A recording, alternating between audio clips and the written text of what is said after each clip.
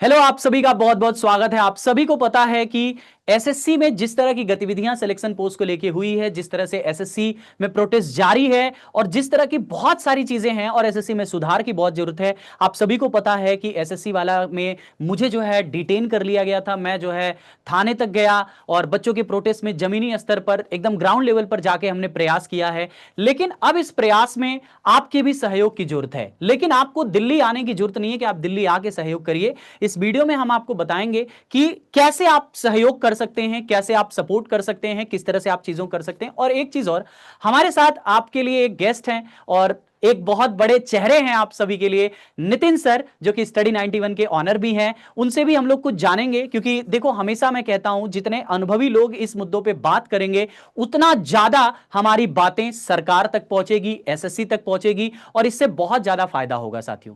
तो आप सभी के लिए पहले तो आप सभी लोग सर के लिए खूब ढेर सारा दिल, लाल पीला हरा नीला सब भेज दीजिए ताकि वेलकम करिए जल्दी से। और हम लोग बहुत सारे बिंदुओं पे भी बात करेंगे सर से कि कैसे इसमें क्या सुधार किया जा सकता है, इसके और क्या रूप हो सकते हैं और कितनी गतिविधियां इसमें हुई हैं। बहुत सारी बातें हम लोग बात करेंगे एसएससी प्रोटेस्ट में। और एक चीज, क्या एग्जाम पोस्टपोन हो सकता है, इसके बारे में भी हम लोग आने वाले कुछ मिनटों में बात करने वाले हैं। तो ओवरऑल वेलकम टू सर आपका। बहुत बहुत धन्यवाद सोहम सर। और आप सभी तो अच्छे से जानते होंगे सोहम सर को, बहुत पुरानी दोस्ती हमारी रही है और बहुत लंबे समय तक हम लोगों ने एक दूसरे के साथ काम भी किया है। और अब सर जो है फिजिक्स वाला तक पहुंच चुके हैं और एक अच्छी जगह पे हैं। लेकिन बच्चों के लिए अगर काम करने की बात हो तो बराबर उनके लिए समय निकालना है, टाइम निकालना है, चाहे वो प्रोटेस्ट हो, चाहे इस तरह के मुद्दे पर। अभी तक मैं इस मुद्दे पर किसी तरह का वीडियो नहीं बनाया था। सबसे पहले सोहम सर का ही कॉल आया कि नहीं सर, इस पे काम किया जाए और इससे जुड़ा जाए। मेरी भी इच्छा थी कि नहीं जुड़ा जाए, लेकिन समझ नहीं आ रहा था कि कैसे मैं अपना सहयोग दे सकता हूं। तो एक तरीका जो है वो शुभम सर ने बताया कि नहीं, आप एक बार आइए और जुड़िए। तो इसी वजह से दोस्तों आज आप सभी के बीच में मैं हाजिर हूं और कुछ बातें करेंगे जो आपके लिए जरूरी हैं। और क्या क्या सुधार हो सकता है, क्या क्या गलतियां थी, उन सभी मुद्दों पे हम लोग चर्चा करेंगे जो आपके लिए ज्यादा बेनिफिशियल रहेगा। बताएं सर। चलिए, जैसा कि आपने देखा, देखो साथियों, अभी ये लड़ाई खत्म नहीं हुई है। ऐसा नहीं लग रहा है कि ये प्रोटेस्ट खत्म हो गया है नहीं और नहीं हमारी जीत हो बिल्कुल, गई है। अभी तक अगर हम बात करें तो इस प्रोटेस्ट में अभी तक कुछ भी हुआ नहीं है। अभी कुछ तक भी बस नहीं हुआ। कुछ भी नहीं हुआ, अभी अगर तक आप तो सिर्फ देखेंगे हमारी तो। बात जो है, हम कोशिश करें कि हमारी बात किस तरह से सरकार तक या ऐसे लोगों तक पहुंच सके जिनके वजह से प्रॉब्लम सॉल्व हो सके। अभी तो हाँ, सिर्फ प्रॉब्लम पे बात हो रही है कि गलतियां कहां पर है, किस कमी की वजह से ये कदम उठाना पड़ रहा है हमें। वही चीज है सर। यहां पे मैं सभी से बोलना चाहूंगा, देखिए अभी एसएससी चेयरमैन का भी बयान लगातार आ रहा है। आप लोग देख रहे होंगे कि अलग अलग मीडिया लोगों से वो बात कर रहे हैं। उनके बयानों में इतना अजीब और इलील जुलील तरह की बातें हैं जिनका कुछ सार्थक अर्थ निकालना ही समझ नहीं आ रहा है। नहीं, हमें हमें ऐसा तो लगा सर, उनके सही जो मैंने कुछ हम तो इंटरव्यू जो देख रहे लगता थे। है कि उन्हें पता ही नहीं कि क्या बात करनी है और कब क्या बात करनी है। वही चीज सर, मैं उनका इंटरव्यू देख रहा था, उसमें ऐसी ऐसी बातें हो रही थी जैसे उनको ऐसा कभी कभी लग रहा था कि भाई इसमें वो ये कह रहे हैं कि सिलेक्शन पोस्ट एक ट्रायल था, नई कंपनी। अरे भाई, आप कैसे ट्रायल ले सकते हो? स्टेनोग्राफर को कह रहे हैं कि ट्रायल है। भैया, स्टेनो की टाइपिंग सीखने में 1.5 से 2 साल लग जाता है, तब बच्चा स्टेनो की टाइपिंग सीखता है, तब जाके वो एग्जाम के लिए तैयार होता है। आप कह रहे हो कि स्टेनोग्राफर आपके लिए ट्रायल है? आप एसएससी सीजीएल और सीएचएसएल वाले बच्चों को मेन मान रहे हो? क्या सिलेक्शन पोस्ट वाले, फिर आप वैकेंसी क्यों निकालते हो सिलेक्शन पोस्ट की? कह दो ना सिलेक्शन पोस्ट का कोई एग्जाम ही नहीं है। सबसे बड़ी बात तो यह है कि एक ही व्यक्ति दो तरह की स्टेटमेंट कैसे दे सकता है। पहली बार स्टेटमेंट दे रहे हैं कि एजुकेटी एक परफेक्ट संस्थान है जो अच्छे से एग्जाम करा सकती, उसको अनुभव है। और अगले स्टेटमेंट में कह रहे हैं कि ऐसा पहली बार हुआ था, वो इतना बड़ा एग्जाम करा रही थी, इस वजह से गलतियां हो गई। तो दोनों बातें आप ही कह रहे हो। एक तरफ कह रहे हो कि उसको एक्सपीरियंस है काम कराने का या एग्जाम कराने का, उसको एक्सपीरियंस है। दूसरी तरफ आप कह रहे हो कि जो है ये पहली बार हुआ है, इतने बड़े स्तर पर, इस वजह से गलतियां होगी। तो इस तरह के स्टेटमेंट समझ में नहीं आते। आप इतने अच्छे पद पर बैठे हैं और इतना जो है सम्मानजनक पद है, आपको इतनी जानकारी, इतनी एक्सपीरियंस लोग हैं, उसके बाद भी अगर इस तरह की जो है बातें की जाए तो इसका मतलब है कि ये बनावटी बातें हैं। जो सही बात है वो खुलकर हमारे सामने अभी नहीं रखी जा रही है। चलिए, तो देखिए डिजिटल सपोर्ट की बातें हो रही हैं यहाँ पे, आप सभी को पता है। पहले तो मैं आप सभी को पूरी बातें बताऊं। देखिए सर, यहाँ पे हम सबसे बड़ा चीज, सर मैं एक सवाल आपसे पूछूंगा और इसका जवाब आप प्लीज यहाँ पे बच्चों के सामने देख के दीजिएगा कि सर ये प्रोटेस्ट हो क्यों रहा है, विवाद शुरू कहां से हुआ, क्या इसमें हुआ है? सर प्लीज, ये कुछ बच्चों को अभी तक जो नए हैं उनको शायद जानकारी नहीं होगी, तो एक बार जरूर इस बारे में आप बताइएगा।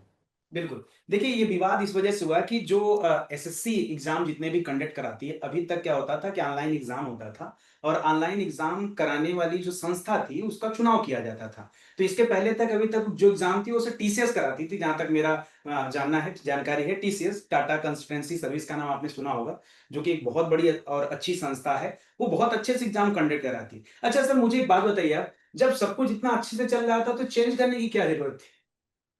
सर जब सब कुछ अच्छे उसमें से सर चल ये रहा चीज था, था। टाइमली एग्जाम हो रहा था, कहीं कोई दिक्कत नहीं हो रही थी, कोई परेशानी नहीं हो रही थी, तो ये चेंजेस की जरूरत क्या थी? खैर, सर जो भी इसमें हुआ, मैं तो वहां आपको पर क्या थोड़ा सा होता बता है देता हूँ। जी। हाँ। इसमें सर ये होता है कि जब कोई ये चूंकि जो हमारी एसएससी है साथियों, हाँ। ये क्या करती है कि पहली बात तो ये खुद एग्जाम कंडक्ट नहीं कराते हैं। नहीं ये कराते। प्राइवेट संस्थाएं अब हायर करते हैं कि एक बिल्कुल। प्राइवेट कंपनी के लिए टेंडर निकालते हैं कि आइए, हमारे इतने बच्चे हैं, 60 लाख बच्चों ने फॉर्म भरा है, आप इनका एग्जाम कंडक्ट करा दीजिए। काम करेंगे, तो दो बिल्कुल। आज से 5 साल पहले टीसीएस ने उस टेंडर को लिया था और टीसीएस का 5 साल का टेंडर था, तो वो 2024 में 5 साल का टेंडर खत्म हो गया था। पूरा हो ठीक गया, है। ठीक। तो टीसीएस उस टेंडर को खत्म कर गया था, तो अब हमें एक नए टेंडर की तरफ जाना था या उसी को टेंडर दे सकते थे। अब यहां पे बिल्कुल। एग्जीक्यूटिव को क्यों मिला ये टेंडर, ये बहुत बड़ा सवाल है, क्योंकि आप सभी को पता है एग्जीक्यूटिव कुछ एग्जाम्स के लिए बच्चा बैन है। आपको पता है कुछ राज्यों में एग्जीक्यूटिव पहले भी जो एग्जाम कंडक्ट कराई है उसमें बैन है, उसके एग्जाम को नहीं, उसको पहले से बैन कर दिया गया है। अब जो बिल्कुल। चेयरमैन साहब की बातें थे उसमें यह बोला गया कि जो ये एग्जाम कंडक्ट करा रही है, ये एक तो पहली बात बहुत अच्छी कंपनी है, ये वो उन्होंने बोला, लेकिन बाद में फिर कह रहे हैं कि नई कंपनी आई है, नई कंपनी कराने के लिए आपने एसएससी जैसे बड़े एग्जाम को आपने कैसे दे दिया। एजुकेटिव एक नई कंपनी है और आपने इतने बड़े पेपर को आपने एजुकेटिव को उठा के दे दिया। तो टेंडर चेंज होने से हमें कोई दिक्कत नहीं है सर, चाहे मैं हूं, चाहे आप हो, चाहे सरकार कोई किसी को भी स्टूडेंट हो। टेंडर दे, हमें कोई दिक्कत नहीं, हमें हमें कोई तो दिक्कत नहीं है, पारदर्शिता बस चाहिए, हमारा अच्छे जो से एग्जाम एग्जाम होना है चाहिए। वो बच्चा बिल्कुल। फेयर होना चाहिए, एकदम अच्छे से होना चाहिए, उसमें दिक्कतें नहीं आनी चाहिए। हमारा जो बिल्कुल। एग्जाम है, टेंडर आप किसी को भी दो, आप खुद करा लो एग्जाम, हमें उससे लेना देना नहीं है, किसी हमारा से करा लो, एग्जाम कोई सही दिक्कत तरीके नहीं से होना हमें। चाहिए। बिल्कुल। सर इसमें बच्चों के कौन कौन से दिक्कतें आई हैं एग्जाम के समय पे, थोड़ा सा आप इन पे बताइएगा, क्योंकि हो सकता है बहुत सारे बच्चों को देखिए, इसकी जानकारी ना हो। ऑनलाइन एग्जाम में जो सबसे बड़ी दिक्कतें आई हैं, वो कहीं सर्वर क्रैश होने की दिक्कतें आई हैं। सबसे पहली दिक्कत तो सर बायोमेट्रिक का वेरिफिकेशन जो हो रहा था, सबसे पहली दिक्कत वही आ गई। यानी एग्जाम देने से पहले जब बच्चा सेंटर पे पहुंचा, तो वहां पे जो उनका बायोमेट्रिक वेरिफिकेशन चल रहा था, पता चल रहा है कि मशीनें नहीं काम कर रही या किसी वजह से जो है उनका बायोमेट्रिक नहीं हो पा रहा, तो काफी सारा टाइम तो वहीं खर्च हो गया। अच्छा, कुछ बच्चों ने जब उसका विरोध किया तो बच्चों के साथ जो है गलत व्यवहार भी किया गया, ऐसा भी जो है सोशल मीडिया पे कुछ वीडियोस देखने को मिले हैं, इस तरह की भी दिक्कतें आई हैं। अच्छा, उस फेज को पार करने के बाद जब बच्चा पेपर देने पहुंचता है, उस समय की दिक्कतें क्या है? कहीं पर कीबोर्ड में कोई दिक्कत है, तो कहीं माउस नहीं काम कर रहा है, कहीं सिस्टम बंद हो जा रहा है, कहीं पे लाइट की दिक्कत है। तो इस तरह की बहुत सारी समस्या थी। अभी इसके पहले तक इस तरह की समस्याएं बहुत कम आती थी। देखिए, एक बहुत बड़ा एग्जाम है, ऑनलाइन एग्जाम कराना 60 लाख बच्चों का, या फिर जितने भी बच्चे हों उतने बच्चों का एग्जाम कराना ऑनलाइन, ये अपने आप में एक डिफिकल्ट टास्क है। थोड़ी बहुत लूज गलतियां हो जाती हैं, लेकिन इतने बड़े स्तर पे गलतियां होना ठीक नहीं। अच्छा, गलतियां होती भी है तो जिनके पास सेंटर होता है सर, उनके पास एडवांस सिस्टम होता है, एक्स्ट्रा पैनल होते हैं, पीसी होते हैं, कि अगर किसी बच्चे के साथ ऐसा कुछ होता है तो तुरंत के तुरंत वो चेंज कर लेते हैं। लेकिन एसबीटी के जितने सेंटर थे, वो सेंटर तो अपने आप में ही ऐसे थे कि आप सोशल मीडिया पे जितने भी वीडियोज हैं उनको देखकर आप अनुमान लगा सकते हैं कि उनके सेंटर की स्थिति कैसी थी। कई जगह पे तो सर तो लोग रील बनाते हुए नजर आए हैं, और कई जगह पे लोग मोबाइल लेकर गए हुए हैं। पता नहीं कितनी सच्चाई है इन वीडियोस में, लेकिन जो कुछ है वो आप सभी के सामने, हमारे सामने भी है, सर के सामने और आपके भी बीच में होगा। तो जो चलिए। प्रॉब्लम्स था वो था मेन सर्वर का, माउस का, इन सब चीजों का। इन सब की वजह से बहुत ज्यादा प्रॉब्लम हुई। और सर इसमें सबसे मैं ज्यादा एक चीज दिक्कत तो सर ये रही कि जिस बच्चे का आखिरी अटेम्प्ट रहा होगा, उसका क्या? इन सब चीजों में तो बेचारा वो पिस गया ना, तो चलिए। उसकी। हाँ, अब हाँ। सर ने देखो बहुत अच्छी बात अभी बोली बच्चा, क्योंकि आपको पता है एसएससी एग्जाम्स की लिमिट होती है ना, एज लिमिट होती है।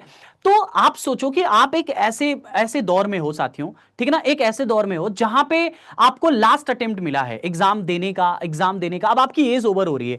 एक तो ऐसे बच्चे होते हैं सर, कुछ ऐसे भी बच्चे हैं, या खासकर मैं बात करूं जो कुछ लड़कियां हैं जिनको उनके पेरेंट्स लास्ट ईयर का एक मौका देते हैं, अगर तूने इस बार एग्जाम नहीं निकाला तो तेरी शादी हाँ। करवा देंगे। अब बिल्कुल। सोचो कि उन बच्चों के साथ जो बच्चा एग्जाम देने पहुंचा, उसका एग्जाम नहीं चला, कंप्यूटर सर्वर खराब हुआ, माउस खराब हुआ, कीबोर्ड खराब हुआ, कलमें नहीं मिली हैं, उसे 5 बार कलम चेंज करना पड़ा है, पेपर ऐसे मिले हैं जिसमें 2 बार अगर मैथ के इक्वेशन को 2 बार काट दिया जाए तो पेपर में छेद हो जाए आर से आर पार। ठीक है, ऐसी दिक्कतों की समाधान के लिए उन बच्चों के साथ उन्होंने क्या गलत किया? एसएससी वालों, तुम्हारा क्या उन्होंने बिगाड़ा है? ऐसी दिक्कतों में भगवान, मुझे समझ में नहीं आ रहा कि बच्चा मेंटली रूप से कितना परेशान हो गया हो।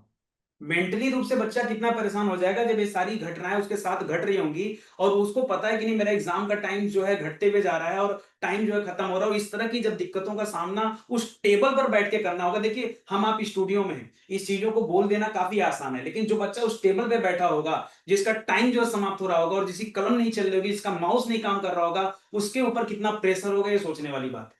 उसने कितना मेहनत से कितनी अच्छे से तैयारी करके इस दिन के इंतजार किया था और चुना था इसको, और आज उसके साथ जो हो रहा है उसने सोचा भी नहीं था। सर और मैं इसके यहां पीछे पे एक चीज जिम्मेदार कौन बोलूंगा। है इसका पता भी नहीं है। सर मैं एक चीज बोलूंगा, जैसे जब मैं इंटरव्यूज देख रहा था एसएससी चेयरमैन साहब का, तो उन्होंने एक बात बोली कि हमने सेंटर इसलिए दूर दिया है क्योंकि जो एजुकेटिव कंपनी है उसके अभी, अब उसके पास अभी कुछ राज्यों में उतने ज्यादा सेंटर नहीं है। मैं इसमें एक सवाल उठाना चाहता हूं कि अगर कोई बच्चा बनारस का है, सर मैं सर ग्राउंड लेवल पे रिपोर्टिंग करने भी गया था, बनारस का अगर कोई स्टूडेंट है, आपने अगर उसके सेंटर को आपने गुड़गांव में दिया है, दिल्ली में दिया है, गाजियाबाद में दिया है, जो कि 600 से 800 किलोमीटर दूर है, अगर आपने दिया है, तो फिर इसका तो यह मतलब है कि बनारस में सेंटर नहीं होगा। तो फिर बनारस में किसी का एग्जाम कैसे हो सकता है? अगर बनारस वाले बच्चे का पेपर गुड़गांव में हो रहा है तो उस बनारस में अगर एग्जाम सेंटर नहीं था तो बनारस में एग्जाम कैसे हो गया? हमें यह सवाल चाहिए, इसका जवाब चाहिए, और इसका जवाब कोई नहीं है, सरकार के पास नहीं है, इसका जवाब ही नहीं एजुकेटिव है, चेयरमैन के सरकार के साथ पास भी नहीं है। इसका जवाब नहीं है। सरकार के सारे पास इलुल भी जुलूल और तरह की एसएससी बातें के हैं पास भी साथियों। इसका अब जवाब नहीं है। एक चीज यहां पे मैं आप सभी को बोलना चाहूंगा कि देखिए, बहुत सारी दिक्कतें हैं सर। आपके हिसाब से इसमें जो रिफॉर्म्स होने चाहिए, हमारी जो, पहले तो मैं इसको मांग शब्द कभी भी नहीं बोल रहा हूं, मैं हमेशा बोल रहा हूं ये हमारी मांग नहीं है, ये हमारी आवश्यकताएं हैं जो हमें मिलनी आवश्यकता है, चाहिए। बिल्कुल। क्या सर आपके हिसाब से इसमें रिफॉर्म्स होने चाहिए? बच्चों के पॉइंट ऑफ व्यू से आप बताइए कि इसमें क्या क्या बदलाव होने चाहिए। सर सबसे बड़ा रिफॉर्म की जरूरत ये है कि पहले बच्चे का जो पेपर हो रहा है वो बहुत दूर ना जाए। वो इतना दूर जाए कि बच्चा कम से कम, मुझे लगता है कि 3 से 4 घंटे 5 घंटे में वो अपनी यात्रा जो है पूरी कर सके। क्योंकि अगर हाँ, इससे ज्यादा अगर उसके ऊपर बर्डन पड़ेगा सर ना, तो उसके बाद बहुत सारे खर्चे हैं। अरे बच्चे जो है कितने कम पैसे में आकर तैयारी करते हैं, हम लोग बहुत अच्छे से जानते हैं सर। उनको 2,000 3,000 4,000 रुपए महीने में पूरे के पूरे महीने का खर्च चलाना होता है। और आप उस बच्चे को गुड़गांव भेज देंगे, वो कहाँ जाएगा, कहाँ कमरा लेगा, कहाँ रुकेगा, बहुत सारी समस्याएं हैं। तो उन चीजों को ध्यान में रखते हुए मुझे लगता है कि उसका सेंटर जो होना चाहिए वो केवल इतनी दूरी पर होना चाहिए कि वो आराम से 3 घंटे 4 घंटे में ट्रेवल कर ले। पर्याप्त समय है सर, 3-4 घंटे। 3-4 घंटे में 100 150 200 किलोमीटर व्यक्ति जा सकता है, लेकिन वो इसी के इर्द गिर्द हो, इससे ज्यादा दूर ना हो। इससे ज्यादा दूर होगा तो दिक्कतें बढ़ जाएंगी। पहली बात तो यही है। दूसरी बात है, एग्जाम आपका ऑनलाइन हो रहा है, तो ऑनलाइन एग्जाम के केस में जो टेक्निकल दिक्कतें हैं उनको बहुत अच्छे से आपको ध्यान देना पड़ेगा। क्योंकि अगर वहां गलतियां हुई तो बच्चा हमेशा मेंटल ट्रॉमा में रहेगा और वो कभी जो है सेटिस्फाई नहीं होगा। इस तरह की दिक्कतें आती ही रहेंगी। तो मुझे लगता है कि टेक्निकल दिक्कतों से निपटने के लिए आपको एक अच्छी कंपनी का चुनाव करना चाहिए, जिसके पास अच्छा एक्सपीरियंस हो, जो टाइमली काम कर सके, अच्छे से अपना रिजल्ट दे सके, और जिसके ऊपर किसी तरह के दाग धब्बे भी ना लगे। ठीक है, जो पहले से फेल्योर है, ऐसा नहीं कि उसे चांस नहीं देना चाहिए, दीजिए चांस, लेकिन इतने बड़े एग्जाम के लिए चांस देना ठीक नहीं है ताकि किसी के भविष्य के साथ खिलवाड़ हो जाए, ये जो है ठीक नहीं है। तो अभी जो चीजें हो रही हैं, अच्छा एक चीज और मैं कहना चाहूंगा सर, एग्जाम तो हो जाता है, पता नहीं क्यों रिजल्ट के लिए इतना इंतजार करना पड़ता है। अच्छा, दुनिया में चुनाव को छोड़ दिया जाए तो मुझे लगता है हर चीज का रिजल्ट, चुनाव का रिजल्ट फिक्स है, बाकी हमारे पढ़ाई से रिलेटेड जो एग्जाम है ना, उनका रिजल्ट नहीं फिक्स है। बाकी हर चीज का देखिए रिजल्ट फिक्स है। हमारे गांव में अगर प्रधानी का चुनाव हो जाता है, उसका भी रिजल्ट फिक्स है कि किस दिन रिजल्ट आएगा। हाँ, यानी हर चीज का रिजल्ट फिक्स है। तो मैं कह रहा हूं कम से कम एग्जाम का भी रिजल्ट फिक्स होना चाहिए कि कब वैकेंसी आएगी और कब एग्जाम होगा। ठीक है, एक चीज। दूसरी चीज, अभी मैं देख रहा था सर कि सारे एग्जाम को कुछ लिमिटेड टाइम में जो है कंडक्ट किया जा रहा है। मतलब 1-2 महीने के अंदर बहुत सारे पेपर करा लिए जा रहे हैं। तो ऐसे में एक दबाव बनता है। अरे आप उस चीज को जो है थोड़ा गैप करके करेंगे तो बच्चे को तैयारी करने का अच्छा मौका मिलेगा, और उसको लगेगा कि एक एग्जाम में अगर हमने कोई गलती किया है तो अगले एग्जाम के लिए वो सुधार सकता है गलतियों को। थोड़ा अगर उसे वक्त मिलेगा, अच्छा ये अच्छा भी रहेगा। जो कंपनी एग्जाम करा रही है उसके लिए भी अच्छा रहेगा, है कि नहीं? और जो बच्चा है उसके लिए भी अच्छा रहेगा, क्योंकि थोड़ी सी गैपिंग रहेगी तो मेरे हिसाब से जो बच्चा होगा वो और अच्छे से एग्जाम दे पाएगा। आप क्या कहते हैं इस बारे में? सर एक्चुअली देखिए, मैं आपको इसमें कुछ चीजें ऐड करूंगा। जैसे ना सर, अभी जैसे एक सिलेक्शन पोस्ट का एग्जाम हुआ, एक एग्जाम्पल हम लेते हैं। अब हाँ इसमें क्या होता है सर, सिलेक्शन पोस्ट में जैसे होता क्या है कि 10th लेवल पे भी वैकेंसी आती है, 12th पे भी आती है, ग्रेजुएशन पे भी आती है। जो बच्चा ग्रेजुएट है वो तीनों फॉर्म भर सकता है। सर मैं इसकी लगातार बच्चों को लगातार एसएससी पढ़ा रहा हूं, और लगातार मेरे पास बहुत सारे बच्चों के संपर्क हैं जो मुझको अपने परेशानियां को हमेशा अवगत कराते आए हैं। सर बहुत सारे बच्चे ऐसे थे जिनका 10th का पेपर, मान लो अगर मैं आपसे बोलूं 10th का पेपर 24 जुलाई को है और 12th का पेपर 26 जुलाई को है। हम्म, ठीक है, जो 10th बेसिस वाला है वो 24 जुलाई को है, 12th बेसिस वाला 26 जुलाई को। जी। एग्जाम का सेंटर सर 400 किलोमीटर दूर है। अब आप मुझे सोच के बताओ कि सर कोई बच्चा 400 किलोमीटर 500 किलोमीटर 2 दिन में कैसे ट्रैवल करेगा? जी सर कैसे मैं वो जाएगा कि पहले वो 10th वाला पेपर दे के आए, क्योंकि एक दिन का आपने गैप दे दिया या 2 दिन का गैप दे दिया।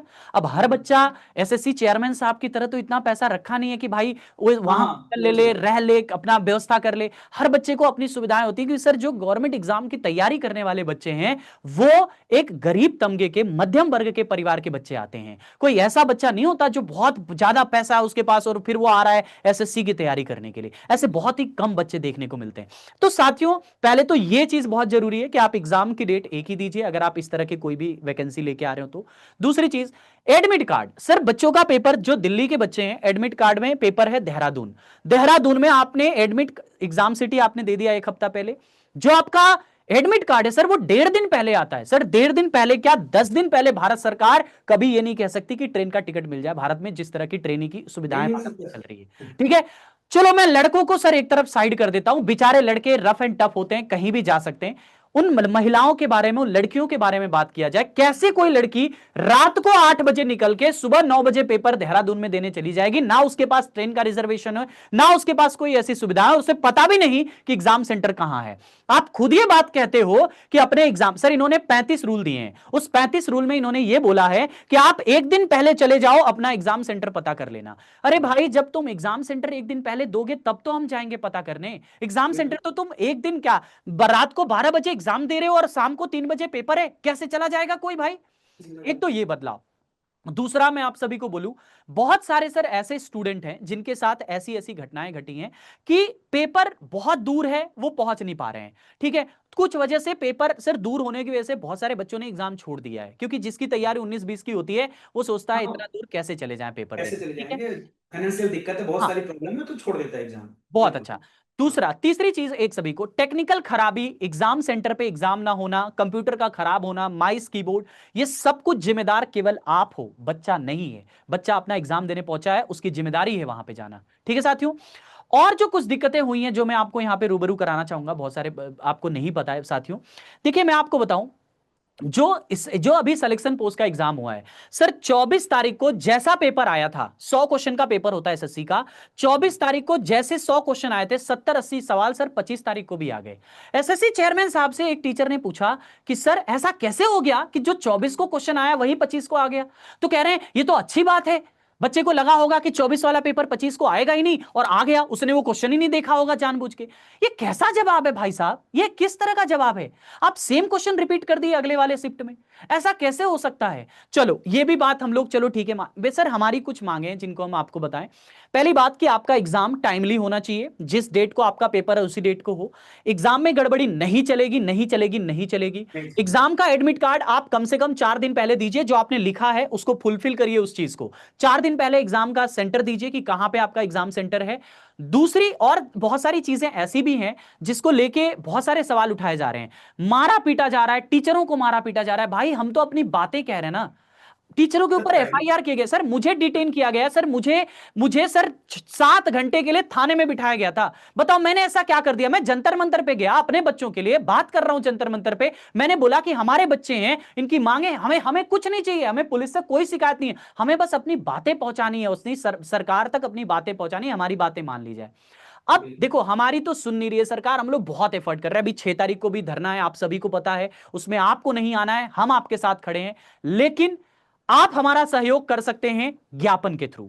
हम लोगों ने, देखो आप सभी को पता है ये रिफॉर्म्स अगर नहीं होंगे सर, इसमें बहुत सारे बच्चे इसलिए भी सपोर्ट नहीं करते हैं कि इसमें हमारी क्या गलती है, हमारा तो अच्छा गया, आज आपका अच्छा गया गया बेटा, कल आपका भी खराब जाएगा। फिर आप ढूंढोगे कि आपके साथ कौन खड़ा रहेगा। अगर पूरा टीचर कम्युनिटी, चाहे वो बिहार का टीचर हो, इलाहाबाद का टीचर हो, दिल्ली का टीचर हो, चाहे झारखंड का टीचर हो, या साउथ का, वेस्ट का, नॉर्थ का, कहीं का टीचर हो, हर एक टीचर अगर आपके साथ खड़ा है तो अब आपकी भी जिम्मेदारी है कि टीचर का साथ दीजिए। बिल्कुल आपको मैं सर। ये नहीं कहूंगा कि आप आइए धरने में लाठी खाइए, लाठी खाने की जरूरत नहीं है। आप अपने स्तर से सहयोग करिए। उस सहयोग के लिए सर मैं आपको बताऊं, हम सभी टीचर्स कम्युनिटी ने मिलकर एक सर ज्ञापन बनाया है। ज्ञापन को क्या करना है साथियों, आप जैसे मैं आपको दिखा भी देता हूं यहां पे ज्ञापन, ध्यान से देखिए सारे बच्चे।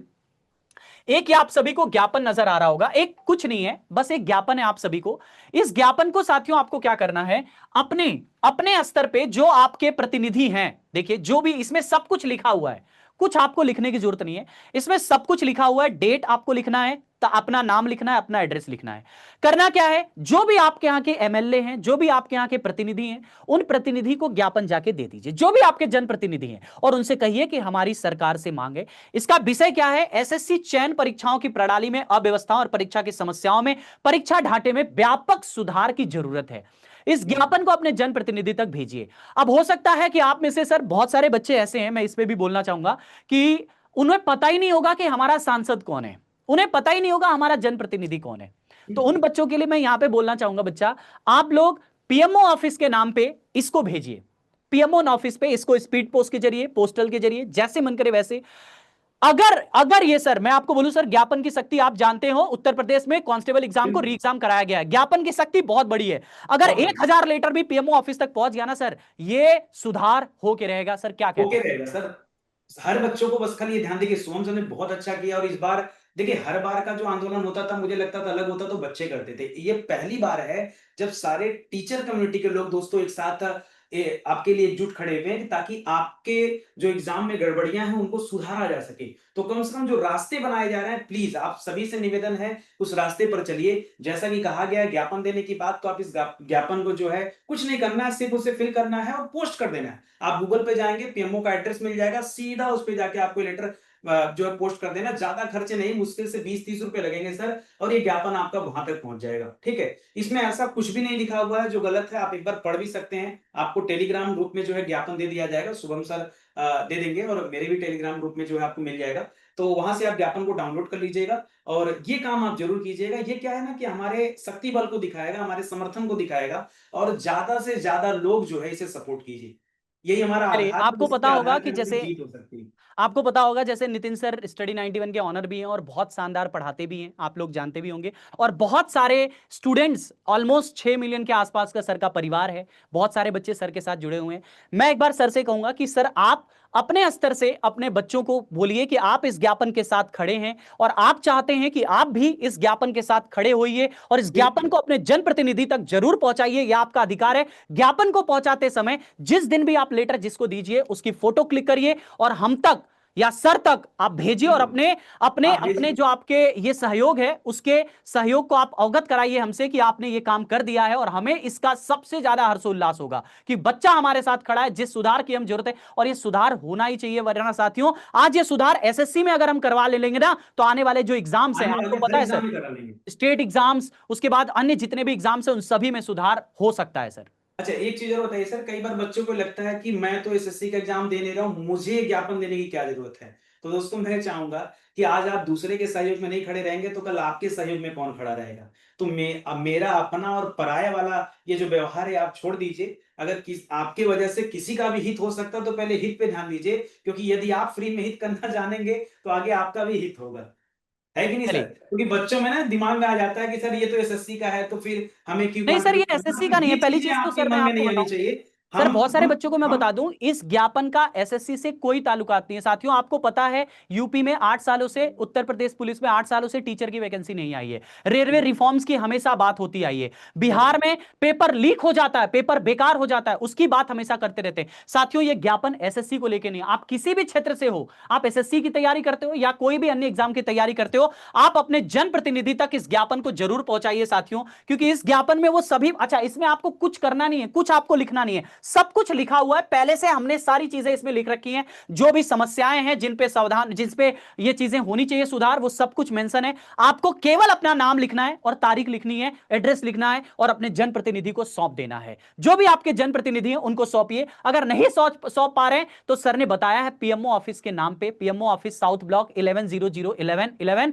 इस पे जाइए, इसका पिन कोड है, सीधे वहां पे स्पीड पोस्ट करिए, आपकी बातें पहुंचेंगी। और साथियों, मैं हाथ जोड़ के आपसे रिक्वेस्ट कर रहा हूं, अगर आप अपनी बातें पहुंचाना शुरू करेंगे तो इसमें सुधार नहीं, 100% सुधार होगा। और पूरा नितिन पक्का सर सुधर और होगा। नितिन सर का पूरा परिवार, स्टडी 91 का पूरा परिवार इस ज्ञापन के साथ है। आप सभी भी इसका समर्थन कीजिए, मैं यही बोलना चाहूंगा। फिजिक्स वाला इसकी इनिशिएटिव्स है। उसके बाद मैं आपको बताऊं, जितने शिक्षक हैं, आप जितने भी लीडर्स देख रहे हो, टीचर्स देख रहे हो, सारे टीचर्स इस सभी ज्ञापन के सभी साथ हैं। बहुत सभी सारे लोगों ने इस पे वीडियोस भी डाली है।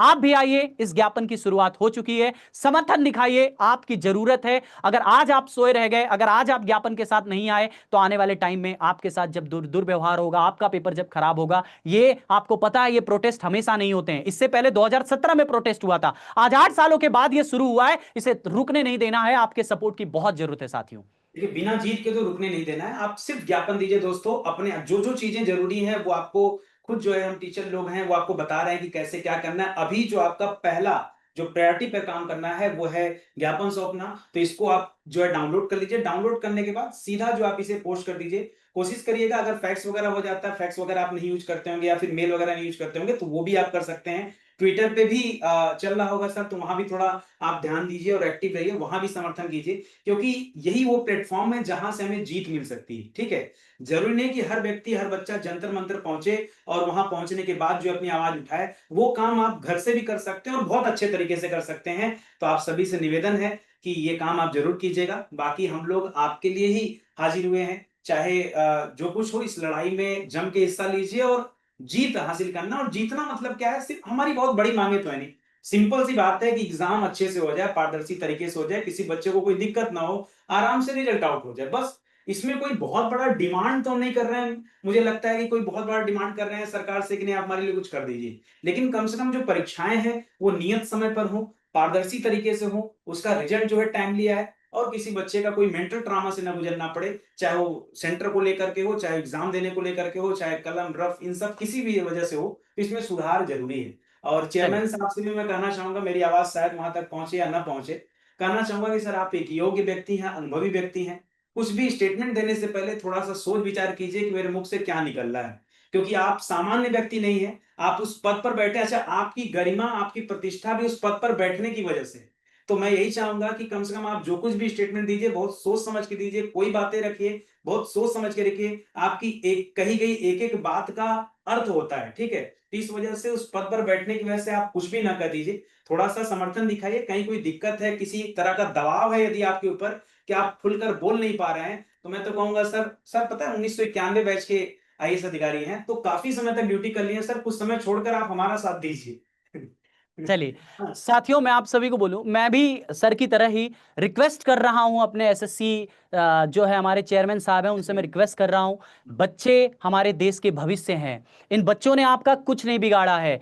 प्लीज इनके पेपर को मत बिगाड़िए, प्लीज इनके पेपर को सही तरीके से, सही डायरेक्शन से, उस तरीके से करवाइए जिससे योग्य कर्मचारी आपके सरकारी मशीनरी में पहुंचे और आपके देश का भविष्य अच्छा हो सके और आने वाली जो बागडोर हो वो मजबूत हाथों में हो, जिससे आने वाले करप्शंस, आने वाली दिक्कतों को सुधारा जा सके। किसी ऐसे व्यक्ति जिसका कंप्यूटर नहीं चले, जिसका माउस नहीं चले और वो योग्य हो, आपकी इन प्रणालियों की वजह से अगर उसकी योग्यता पर उसके परीक्षाएं क्लियर नहीं हो पाती हैं, तो इसके जिम्मेदार सिर्फ आप होंगे। एसएससी महोदय, मेरी आपसे रिक्वेस्ट है, इन बच्चों की बातों को जरूर सुनिए। ये बच्चे ही एक हमारे कल के भविष्य हैं, हम इनके साथ खड़े हैं। आप भी आइए, मैं तो आपको भी कहता हूं, अगर आपके बस का नहीं है तो आप भी आइए, इस धरने में हमारा साथ दीजिए। साथियों, आप सभी ने देखा कि हमने और नितिन सर ने बहुत अच्छे से बहुत सारी बातें बस आपको बताई। एक बात और है, एक बात और है। सर, हम शिक्षक लोग हैं, हम बच्चों के भविष्य का निर्माण कर रहे हैं, उनका साथ दे रहे हैं। तो आप सभी से निवेदन है कि किसी शिक्षक के साथ कोई दुर्व्यवहार न कीजिए। भारत जी, अगर पूरे विश्व में किसी वजह से जाना जाता है तो अपने गुरु के लिए, अपनी शिक्षा प्रणाली के लिए, अपने संस्कारों के लिए जाना जाता है। और जिस तरह की हरकतें कुछ दिन पहले हुई हैं शिक्षकों को लेकर के, चाहे वो जो है उनको थाने में ले गया गया या दिन भर घुमाया गया या किसी को लाठियों से पीटा गया या किसी के साथ दुर्व्यवहार किया गया, ठीक है, किसी भी तरह का दुर्व्यवहार, ये उचित नहीं है। हम विश्व पटल पर चौथी सबसे बड़ी अर्थव्यवस्था के रूप में जाने जाते हैं। लोगों की निगाह होती है भारत पर। यदि हमें अपने देश में इस तरह का सम्मान नहीं मिलेगा, गुरुओं को सम्मान नहीं मिलेगा, शिक्षकों को सम्मान नहीं मिलेगा, तो फिर चौथी अर्थव्यवस्था तो बनने का कोई अर्थ नहीं है। हम चाहे मंगल चले जाएं, चाहे चंद्रमा चले जाएं, उसका कोई अर्थ नहीं है। ठीक है, तो प्लीज आप में से जिस किसी की वजह से इस तरह की दिक्कतें हुई हैं, आगे से आप कोशिश कीजिएगा कि इस तरह के जो है दिक्कतें ना हो, ये आपसे रिक्वेस्ट रहेगा बस। चलिए, बहुत बहुत साथियों, सर बहुत बहुत धन्यवाद आपका। ज्ञापन इस वीडियो के डिस्क्रिप्शन में लिंक लगा हुआ है, टेलीग्राम से डाउनलोड कर लीजिए और प्लीज ज्ञापन को अपने सभी जनप्रतिनिधियों तक पहुंचाइए। आप सभी का बहुत बहुत धन्यवाद, आपने इसे देखा। हमारे साथ नितिन सर थे, बहुत अच्छा लगा सर आपसे बात करके। आप आए इस समूह में और आप हमारे साथ खड़े हैं, बच्चों के साथ खड़े हैं। आपका बहुत बहुत आभार और आपका बहुत बहुत प्यार इन बच्चों के लिए। सर मैं चाहूंगा आप अपने चैनल के माध्यम से भी बच्चों को बिल्कुल ये बिल्कुल, वीडियो जरूर साझा करिएगा मैं हमेशा ताकि आपके वो लोग साथ भी। हूँ और जरूरत पड़ा तो मैं दिल्ली तक भी आऊंगा, ऐसी कोई चलिए, दिक्कतें नहीं है। क्योंकि अभी शुभम सर का भी कहना था कि नहीं सर ये काम कीजिए, ये क्राइटेरिया इस तरह से काम किया जाए तो अच्छा रहेगा। और जरूरत पड़ा तो हर संभव प्रयास करूंगा जो मुझसे बन पाएगा। और आप लोग भी जो है प्रयास कीजिए, प्रयास नहीं इस बार करके दिखाइए, प्रयास को हर बार करते हैं। ठीक है, इस बार चलिए, भेजिए ज्ञापन। बहुत बहुत धन्यवाद आप सभी का, आपने इस वीडियो को देखा। अपने प्यारे प्यारे कमेंट्स नीचे जरूर छोड़िएगा। आप सभी के लिए हमारी इनिशिएटिव्स कैसी है, हमारा सपोर्ट कैसा है, और आप सभी के लिए डिटेन हुए हैं, आगे भी होते रहेंगे। तब तक लड़ेंगे जब तक जान है, तब तक लड़ेंगे जब तक रिफॉर्म्स की जरूरत पूरी ना हो पाए। साथियों, इस बिल्कुल, वीडियो को देखने के लिए आप सभी का बहुत बहुत प्यार, बहुत बड़ा बहुत संदेह। बहुत लव यू ऑल धन्यवाद। Guys, thank you. ठीक है, धन्यवाद सर। जय हिंद, जय भारत।